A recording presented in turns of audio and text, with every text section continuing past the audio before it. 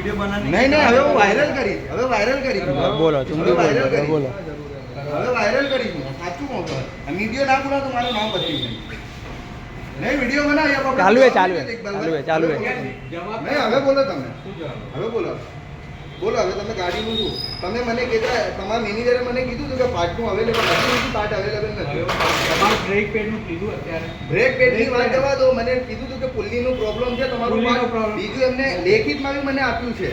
કે ભાઈ તમારું જે સીપીએનું છે ને તમે મને ફોટો તમારા પાસે એવિડન્સ છે ફોટો છે અને એમને લેખિતમાં બી મને આપ્યું સાહેબ કરવાની ના પાડી તમને ના નથી પાડી પણ જવાબ નથી આપે સાહેબ આ છે ને બ્લેકમેલ કરે છે મેં ચોખ્ખું કીધું અમને ગાડી મૂકવી પડશે પણ એ માનવા